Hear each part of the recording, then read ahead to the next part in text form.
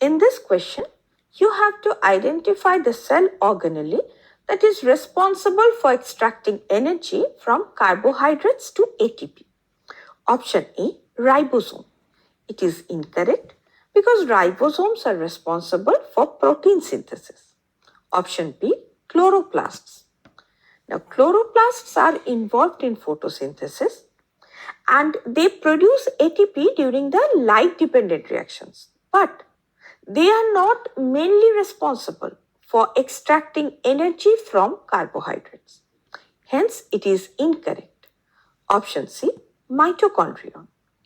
Now, mitochondria, which are known as the powerhouse of the cell, at the site of the aerobic oxidation of carbohydrates, where glucose is metabolized via Krebs cycle and oxidative phosphorylation to produce ATP.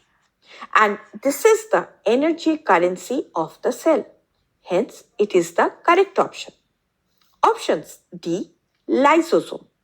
It is incorrect because liposomes are involved in breakdown of macromolecules, cellular debris or pathogens.